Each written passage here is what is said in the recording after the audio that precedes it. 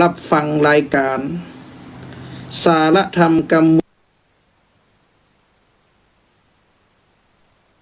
เมืองสัปปะเหลืองล้านนาทางสถานีวิทยุวัดฝ่ายหินตำบลสุอำเภอวัดเชียงใหม่ FM 104.50 เมกะพระปรวลิรัตนเมธีเลขานุการเจ้าคณะตำบลหายาอำเภอเมืองจังหวัดเชียงใหม่วัดธาตุคำเบอร์โทรศัพท์0658568556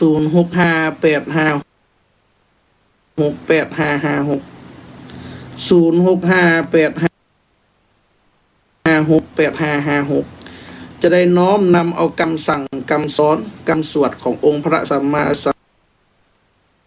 มพุทธเจ้ามาสวดมาเทศ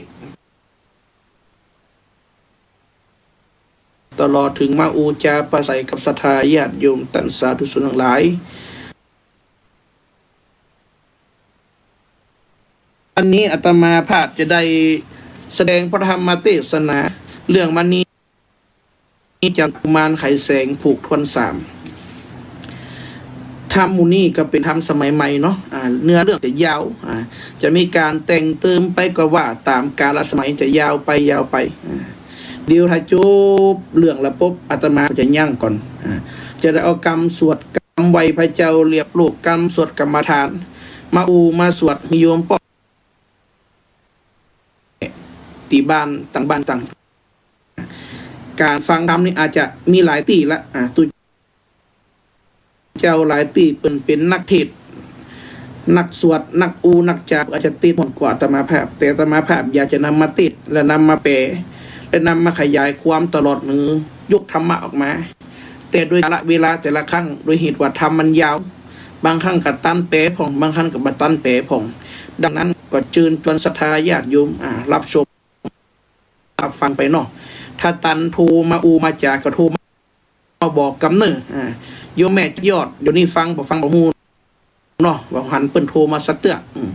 ถ้าฟังนี่เขามาแนะนำกำเนิดโทรแนะนำว่า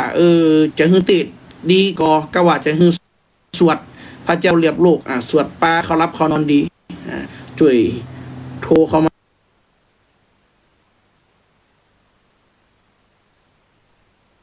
อะระหะโต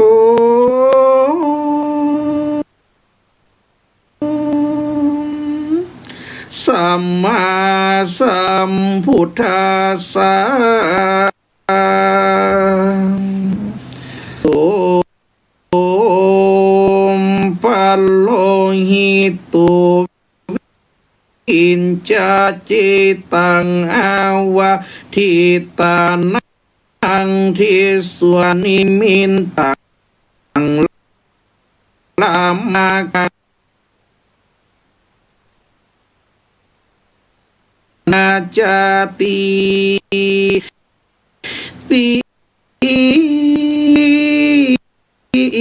สุปัลโล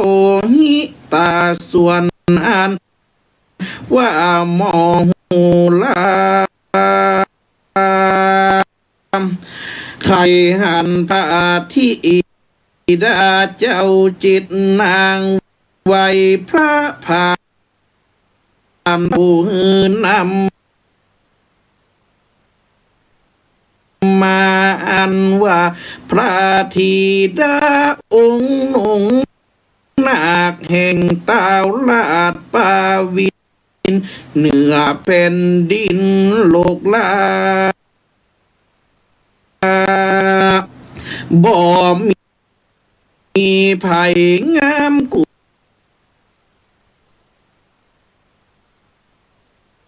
คือพระธิดานั้นเรา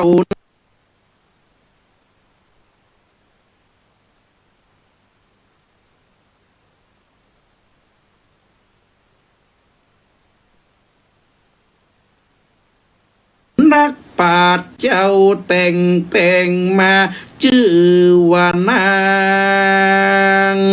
ปิมพาเป็นเก้าทัดนั้นล ต้าจือว่านางเกษีสุมงามดีสะอาดเปิงเป็นลูกเต้าลาดของปาลานางไวยยะกาต่อจากหันคุณทวนสีชื่อว่านางคันธานางโสภาเป็นคนทวน5 คนทวน6ชื่อว่านางสามาวดีคนทวน7มีชื่อไว้ว่าสวยดอกไม้นั้นนางปันพรม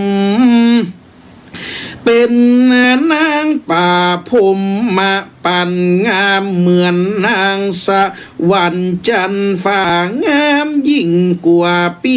ตั้งลายผิวผ่องกายงามยะย่องปานผิวผ่องพระจันตาอันส่องลงมาจากฝากฟ้ามานุนโลกละเก่าสรรเสริญปู่ตีจำเลินใจพอไผใดพอใดหันนางผมปันงามยิ่งฟ้าสมสากหน้าเล่างามเหมือนหมอทามเมื่อหมอถามถึงลูกเต่าพระผ่านเผาจบลาจาจือเรียกทีดาตั้ง7 ผู้เข้ามาสู่ในโรงหลวงเหมือนนั่นนางตั้งปวงมาแล้วสมนางแก้ววิลาวันมองหนหันที่แจ้งก่อรู้เหตุแห่งอันเป็นไปลังคนมีอายุไขอันสั้นเมื่อหันสันนั่นก็ไว้สาวาสันตาธิดาจิตนางนี้เล่ากำหนดเต็มตีบ่สะมือกันลังคนมีอายุมินสันปันตายลังคนนั้นได้ผัวในเมืองเล่าส่วนว่าสมนงไว้นองลางามปันฟ้าจื่อว่านางพมปันแถม7 วันจากได้มรณะมรณาตามกรรมปีสุริยาขาดไขกันเม่นพาผู้บานทิลาดจักเอาไว้ในปราสาทในวันก่อนยังบ่พ้นจากมาละนางใดวันทวน8นั่นใส่นางพมปันก็จักคืนส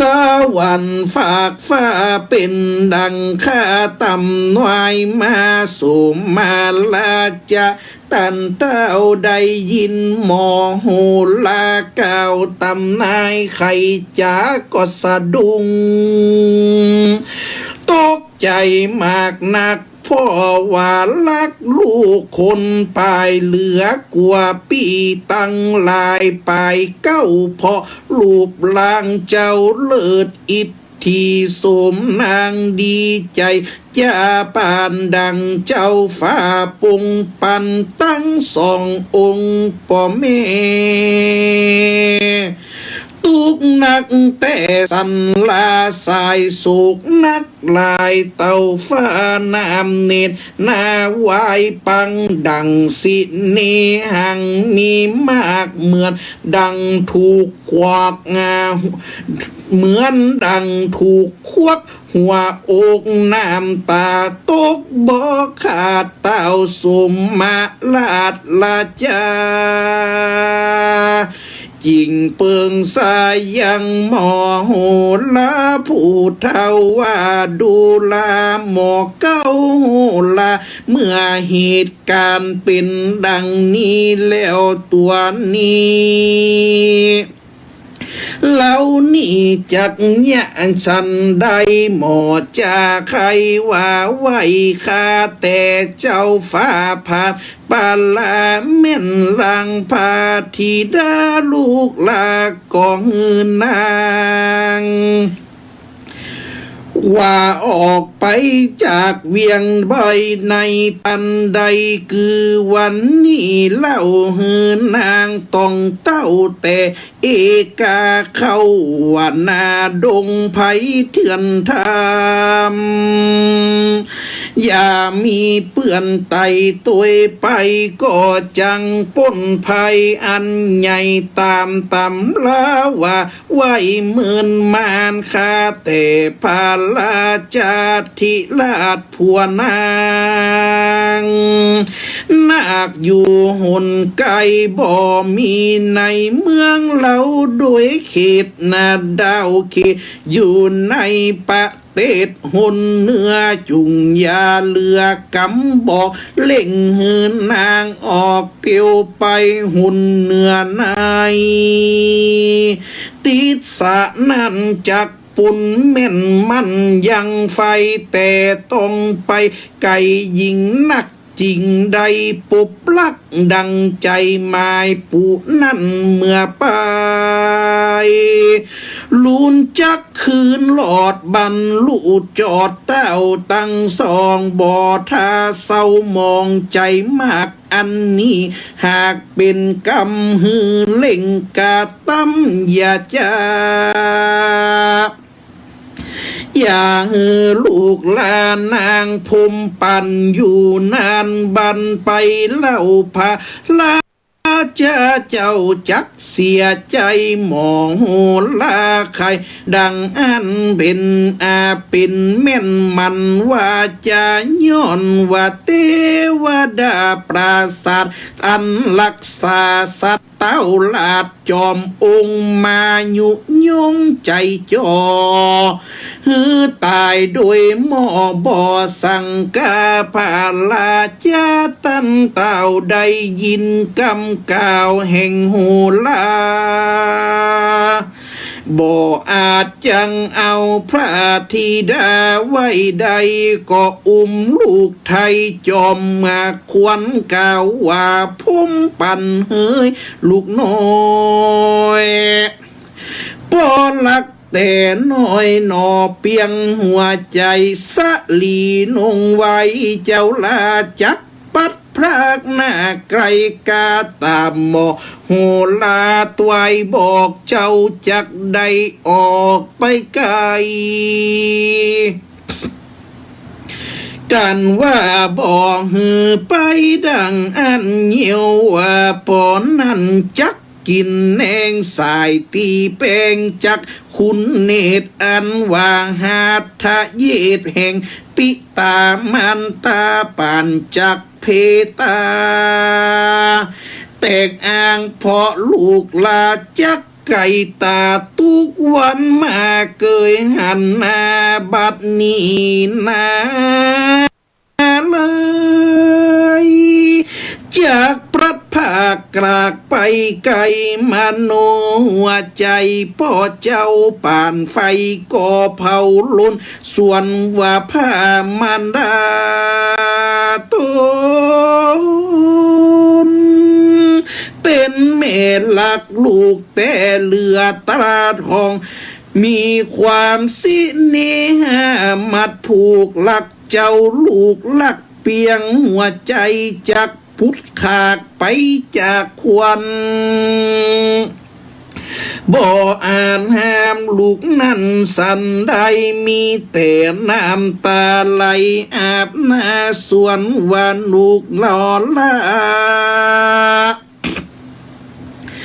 นางพมปันตุกมะหันเกิดก่อจักใด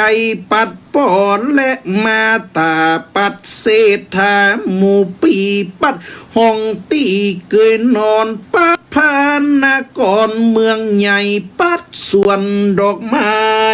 เกยดมปัดนางสะนมปีเลียง ต้องปัดผากเสียงอำลาเข้าสู่ดงนาป่าใหญ่มองหมุนไม่กัดหัวอกน้ำตาโตกสะใสกุมกราบไหวมาตาแห่งปิตาพ่อแม่โสดหนักแต่เลือตาลูกขอลาผักหน้าตามกรรมว่าป้าไปเมื่อหมดยังไฟเหมือนแล้วตัวลูกแก้วจากคืนมาหาปิตามานตาตีไวมาอาจหน่วยใหญ่นางละตั้ง6ที่ดาเป็นเจ้าขาน้องเนาขอลาแล้วนางก็ไกลกาเตียวออกสู่ไปนอกเวียงใจโทมมานัดใจลองลำให้เขาปลาไม่ดงภายจะลาเดินไปในเถื่อนบ่มีเปื้อนปอสองน้ำตานองไหลอาบหน้าเตียวดันป่าสู่หนเหนือลาดคุ้มเขือหมู่ใหม่ยะลองให้ยาคำสอนยังพักนอนหายเหนื่อยเจ็บปวดเมื่อยตั้งกายแข้งขาลายน้ำจองพาพุดป่องเป็นลูนาเอ็นดูนางนาคใจมุนมากป่นตายเจ็บปวดกายอดใดดันเตียวไตใจเข็นตาวันเย็นหลับหยอดไม้เสียงสัตว์ใหญ่ขวาข้างเสือสิ่งสร้างมีมากล่องกองจากจอมเข้าตัวนางนงยาวสายสันหัวอกวันนาลันวันไหวน้ำตานองไหลอาบหน้ากลางดาวป่าต้นเดียวจอดยังเตียวผาเงือบถอดยังเกือบซุบตีนนอนกับดินแก้มพุ่นหัวใจวุ่นวำวายกลัวความตายหลอนหลอกไว้วันบอกเตว่าบุญเตว่าดาตุกปูพาเถื่อนทำตุกตาน้ำลูโดยจุงเลี้ยวแลโยจุงเลี้ยวแลกอยพอข้าตัวน้องลาจื่อพมปันจุยป้องกันเหลืองลายฮือขดขายห่างหายไปบุญแต่ในปางก่อนตามตัวสอนฮือพลสัตว์ลิงหนสุนป่าไม้บ่เข้ามาลาวีรับนอนดีบ่ต้วงลูกเจ้าล่วงจะลาเดินลัดลงนอนจะใจกินหน่วยไม่ต่างอาหารแสนสงสารหน่วยนาคตุกต้องป้าแต่งตัวเม่นเป็นลูกเนื้อหัวจอมเงาทุกโศกเศร้าเวทนาเพราะบุพพาเวลามาจองฮือปัดภาคห้องเมืองตนกันบันโดนแต่งให้ทุกโศกไม่เวทนาเจ็บที่ว่าลวงนิลาดนางหน่วยลาดพมปานก่อพดหลอดหันเมืองใหญ่ลุหลอดไกกาสีใจนางดีแต่เล่าพ้นจากเศร้าในไพรสุนนางเดินไปสู่กาดมีมาโนมาดหมายการซื้ออาหารใส่วันนั้นบ่าวหน่วยทะบ่าวโนไทยมานีจันได้มานนางนาคตีกลางกาดหิเมืองว่าลุงเลืองวิลาศสวยสะอาดกินตาปานเทวดาฝากฟ้าลง สู่แหล่งล่าเมืองคนต้องเตียวหนปุ่นพอบังเกิดก็อันสะจันนางพมปันงามเงินฟ้าพุงแม่กาคนขายแม่ยิงปอใจในกาดหันนางหน่วยนาเตียวมาปักสายตาพ่อเจ้าทุกผู้เผ่าอันสะจันว่าส่วนว่าบ่าวใจในพระนอนักมาเอวกาดกองควายมาเอวกาดกองควางหันนางนงอ่อนอ้อยงามเรียบร้อยพองโสภาแป่นเทวดาจันฟ้ายิงในแหล่งลาบ่หันในเขาเปิงใจแต่เล่าก็คืนไปบอกเล่ามณีจันว่าได้หันนางนาคสะอาดเหลือใจบอกเกยหันตินในสักเตือกลางและเมื่อโปติญาณได้ยินบ่าวขานไข่กาวสมมนัดเหย้ายินดีเพราะว่าป่าละมีกุสังปางก่อนอ้างบันดลก่อใจคนหมู่นั้นเลี้ยวด่วนดันไปปันกูไข่หันใบหน้าเขาเล่งกลัวขึ้นลังปิกปอดยังดาวกาดหันนางหน่วยนาดบ่ไปในเขาก็ดีใจแต่เล่าฟังเตียวเขาไปหาเลี้ยวจากคำกล่าวถ้วยว่าดูลายอดซอยคนงามเจิญนางไปตัวตามหมู่ข้าด้วยเหตุว่าเจ้ามันนี้จันไข่หันนางยิงแล้วเขาจริงป้านางมาสู่โพธิตานอนเอาปางเมื่อนางเตียวเข้ามาหาหนอโพธิญาณที่งามล้นกีลีลาปานพระญาจังเพื่อแก้วปาดับแล้วไหลติปาดับแล้วไตลีลาดูฟองโซฟาทวนนาคบตั้งหากันละคบตั้งหากันละญาณนี้นักลาขันนาอิทธิเล่าเลิดฟ้ามายืนต่อหน้ามันนี่จันส่วนว่านางพมปันหันแล้วยังพระผ่านเพียวองค์ใจก็แขดกฎหมายรู้ทีว่าใจผู้นี้เลิศนักหนาก็เกินสมมานัสสาสลาปิติอาบตั้งกายยามนั้นพาบุญภายนอลาจึงถามว่าดูแลนางผู้โสภาเผ่าพิลาศตัวหน่วยนาฏเอกาลุงตีได้มานั้นเล่าชื่อว่านาง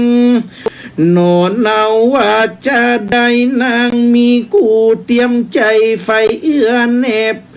แฝงแนบเนื้อแล้วการนางจุงใครจะบอกฮือด้วยสัตย์สื่อตามจริงสมนางยิงหน่วยนาฏได้ยินกรรมณีจันถามหลายอย่างหลายสิ่งหลายอันนางก็จริงใครจะว่าดูลาปีเป็นเจ้าตัวน้องเนานินาปาวินกะลามาจากปาวินนักกะลามาจากใดปัดภาคเมืองนี้มาถึงกาสีโนเนาน้ำแห่งพ่อพาปีตาชื่อสมมาลาจาเจียงเงาชื่อข้าเจ้าวันนางพมปันยังบ่มีผวนยังบ่มีผัวรวมห้อง ยังบอกเกี่ยวของกำใจใดแล้วนางก็ใครเล่าบอกเหตุนี้ได้ออกเมืองมาหือนอโปธาผ่านเผาฟังแต่เก้าถึงปลายพระบุญฝ่ายได้ฟังแล้วก็จุ่มจึงเพียวก็จึงเพียวสุนสาวรรค์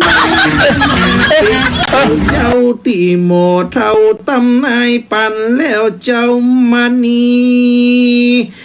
จันโนเต้าก็ฮือใจเบาแห่งตนกะตำมงคลตามแบบเบาแต่งงานกับเจ้านะพมปันฝ่ายมัดวันปันขาดฮือซอง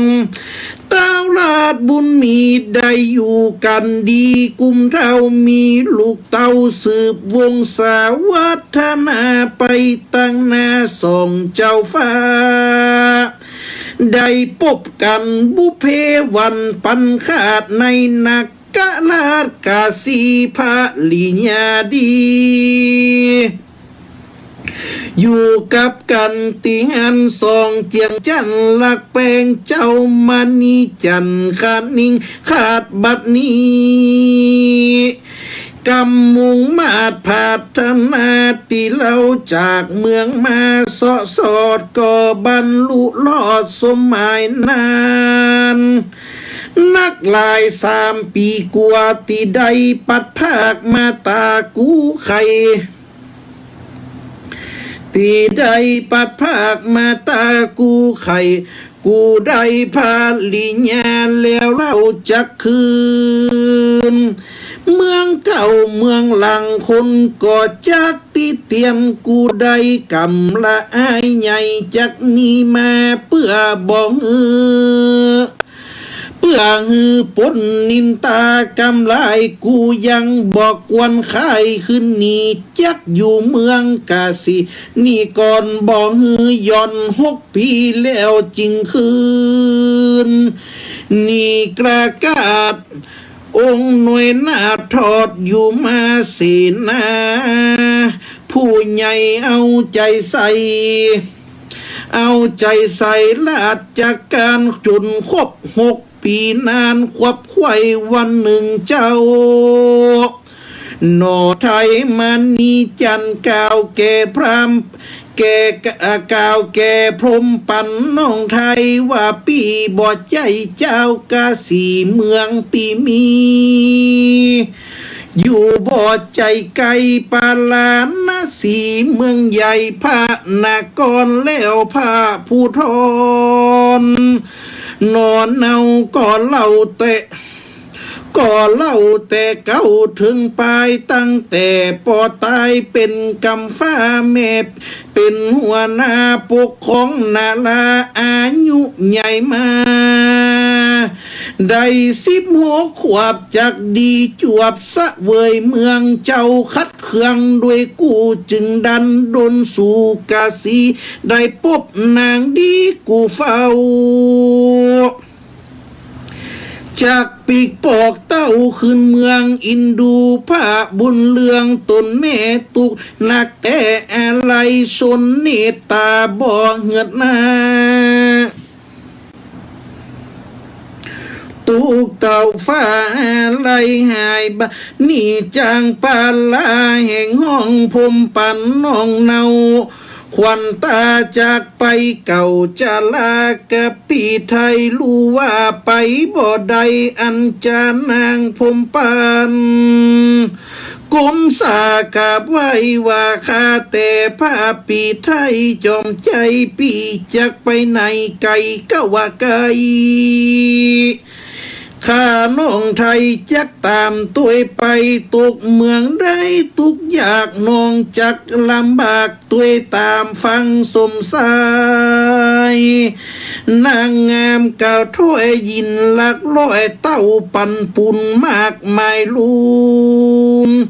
เตื่อมข้าพาเจียงเจ้าจริงใครจะว่าจักปาสู่ปาลาแห่งข้าสุ สุขอยู่จานิลันดอนบ่ละนงคานว่างปางเปล่าจักเอาไตเต้าเตรียมตันการอยู่ด้วยกันกับคนฮักย่อมเป็นสุขนักจำเลินใจอยู่กับคนเป็นภัยจักหมายมีแต่ใกล้เกณฑ์เครื่องวันนี้พระบุญเรืองนอนนาคเข้าเฝ้าเต้าลาดกาสีโยอันสาลีจุโยอันจุลีลืออาภิวาทวาคา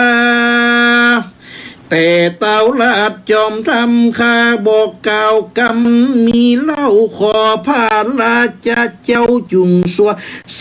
วัสดีข้ามาเมืองกาสีอยู่เฝ้ากับพระบาทเจ้าผู้บานเป็นเวลานาน6 ขวบบรรลุจวบเตือนตันข้าได้สุขสันต์อันเลิศย้อนเต้าประเสริฐปงปันหือมานีจันเป็นใหญ่เอาใจใส่การเมืองบ่มือเครื่องใจเต้าจมจืนเงายินดีย้อนปาลามี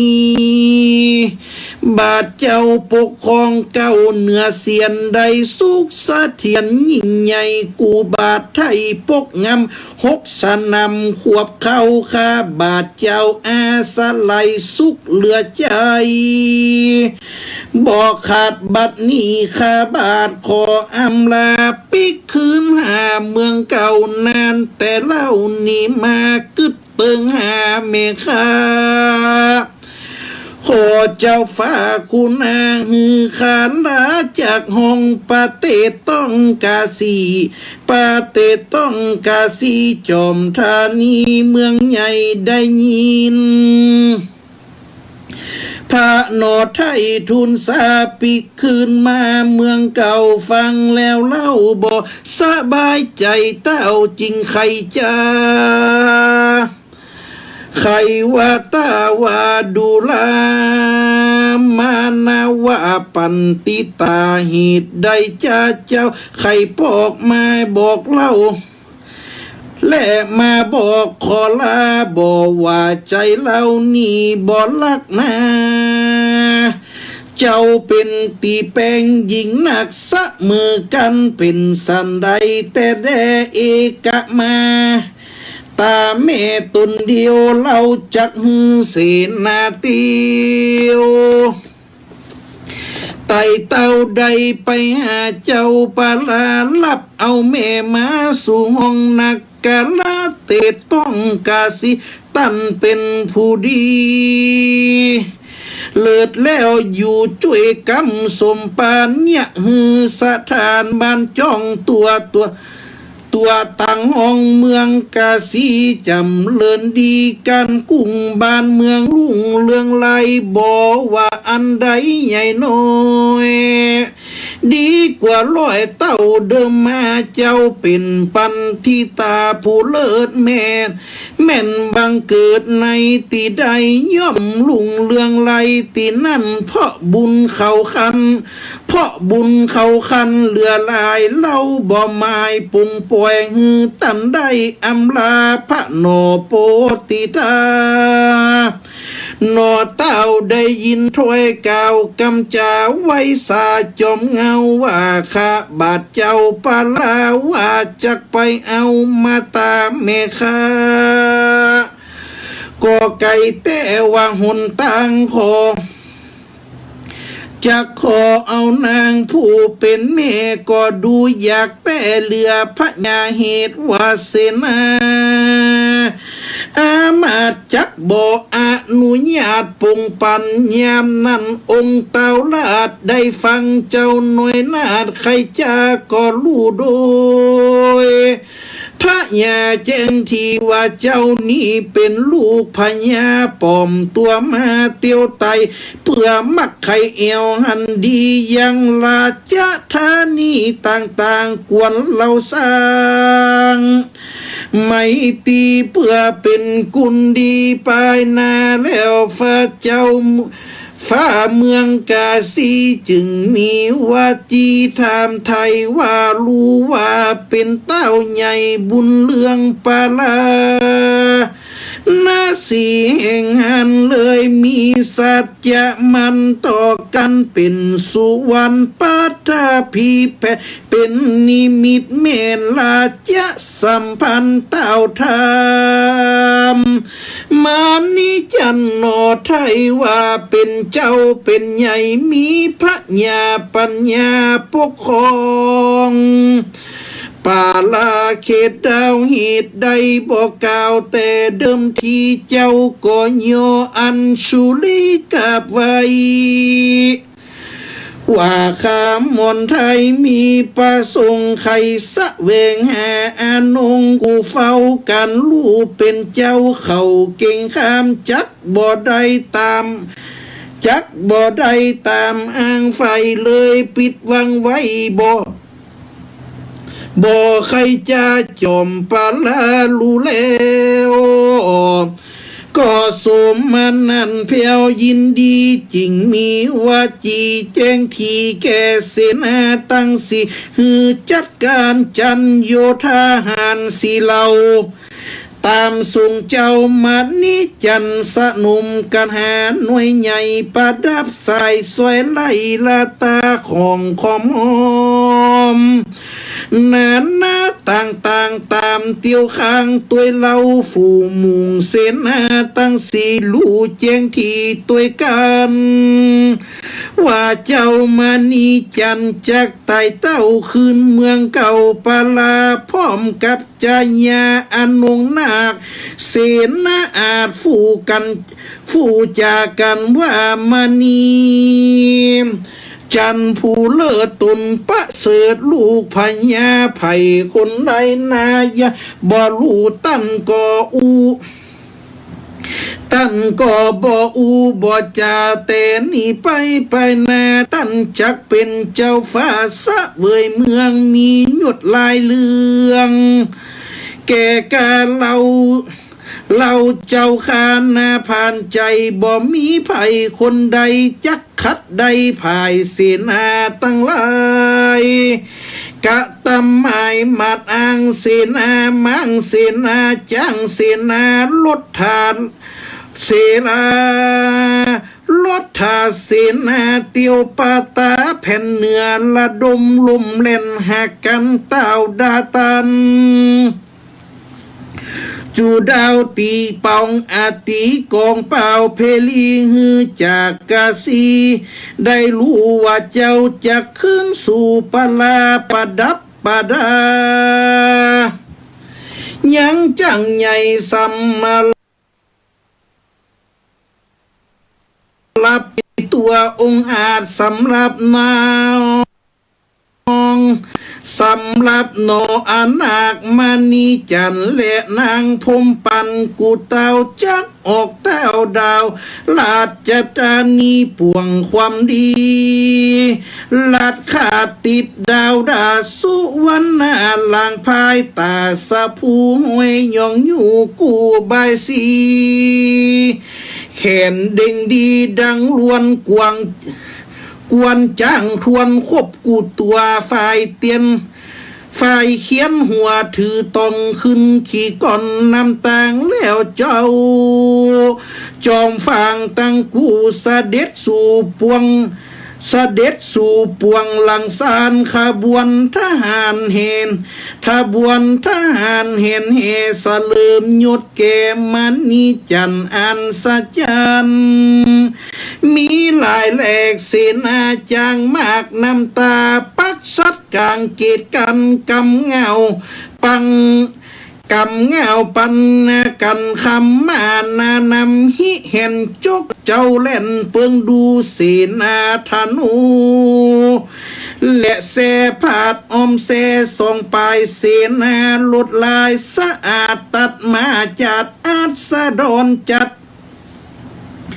จากหลักจรเลี้ยวเล่นเสนาเตียวแผ่ทอละนีหนุ่งผ้าเสีย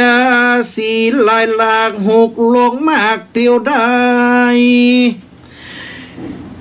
เล่นเจิงใจหลายคนกำดาดฟ้อนฟาลาดูหลายตาวีวันกองสะนันกองตีตุดิญะนนทีเห็นแห่ลายนักแต่ตัวไปกองจุมใจเสนาเตียวแม่ทอลานีนุ่งหนังเสือ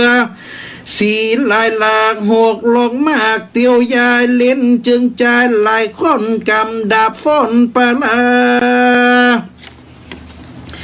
มีหลายใจเลือแลก็เข้าสู่ป่านั้นนักหน้าแม่นว่าถึงฝั่งแม่น้ำ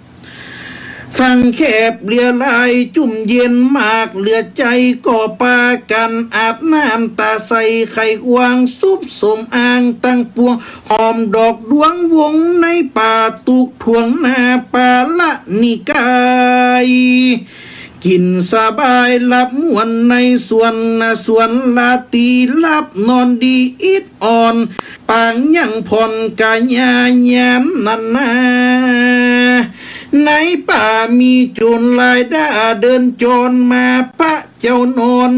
ฟัดยันในตูบตั้งกลางดงวางทาลงเครื่องยองในไว้นอกห้องสะไว้นอกห้องลาสาตั้งปัญนาการของฝากมีกามากอันนั้นหมู่โจรหันใครได้หันนอไทยกับเสนานอนลับตานิ่มนิ่งมันจริงเข้าฟันแตงคนหมดแรงรับจอดยอมบ่กิดรอดอันใดตายดับไปก็มีมากพางหล่นออกจากเทียงนอนเต้าตกดอนไม่เสียบหมู่จนเงียบฟันคอพ่องนั้นนอกังลำวิดลงน้ำหายซอยพ่องก็กิ่งตกโดยหมดมวยพ่องตกสู่หวยหายตาพ่องนานี้ออกไปตามสอดเล่าเขาไปตามสะลอกเล่าเขาบ่หยุดยันเศร้าอยู่ใดหมู่โจรไล่ฟันแตงเลือดตกแดงตามป่าเมื่อนั้นหัวหน้าโจรก็เก็บเอาสุวรรณหน้าเครื่องยงตามไฟของใจหมายครอบครัวลายเหลืองเงาเหลือแต่มาเจ้าและป้าและจ้างไปสารอันเหตุการณ์เกิดยุยมันก็แตกฟุ้งไปเข้าดงบ่อเหลือคนอยู่หันส่วนว่าพาเจียงจันนอโปธากำลังใส่ยาหลับอยู่กับเมียกู้คือพมปันได้ยินเสียงเนืองนั้นเกิดกองหมู่โจรร้องว่าเอาว่าและแสงเสนาวิดวายสติใหญ่เสียองค์ฟังวิดลงเล่นล่นเอาตนปนจากยังไพสลีกันใจเทียนกาเจ้าก็บ่เอากว่ากับตนเขาไพสนเล่นลีดับอยู่ที่รอฟังก็กึดลอดยังน้องไทยพ่อบ่ได้ป่ามาไปต่างได้จ้าน้องเราตุกโศกเศร้าอะไรเป็นสันใดน้องแก้วตายว่า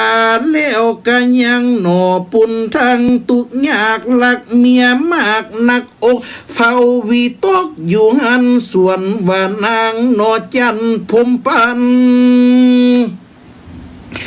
รีบลุกด้วยพันเล่งรีบยามเดึกดื่นกลางคืนนาง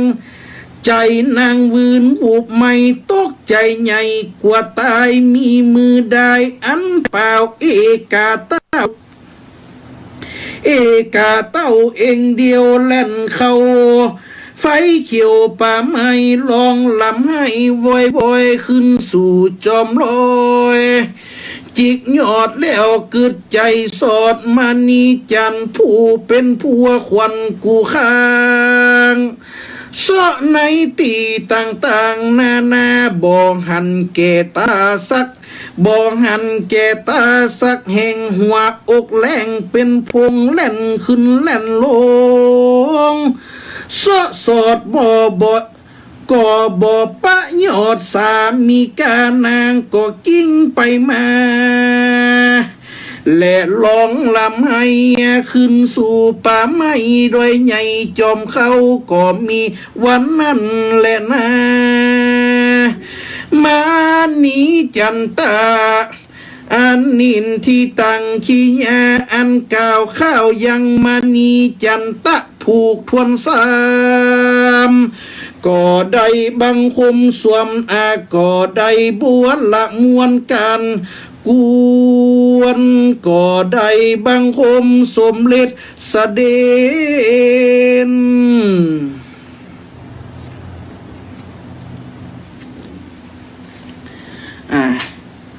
ขอสุมาอภัย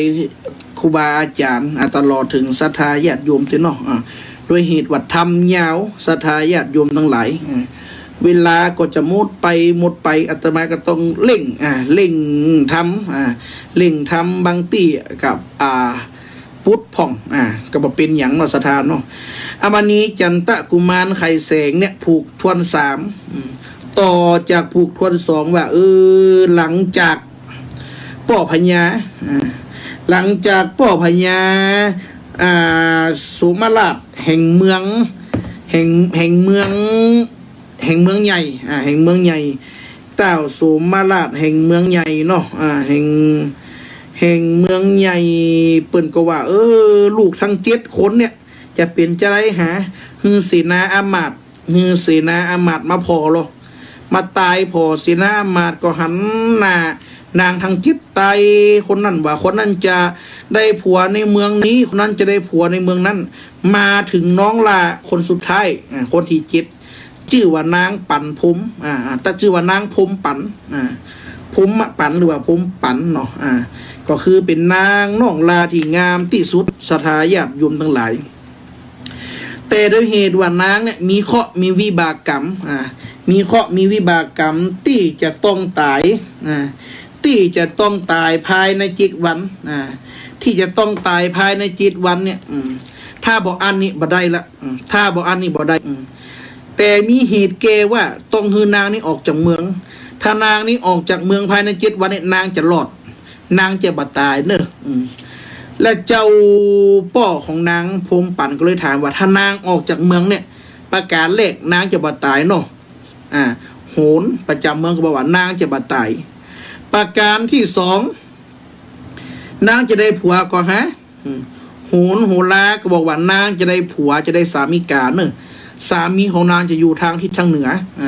จะอยู่ทางทิศเหนือถ้านางออกไปจะตึงใดนางก็เลย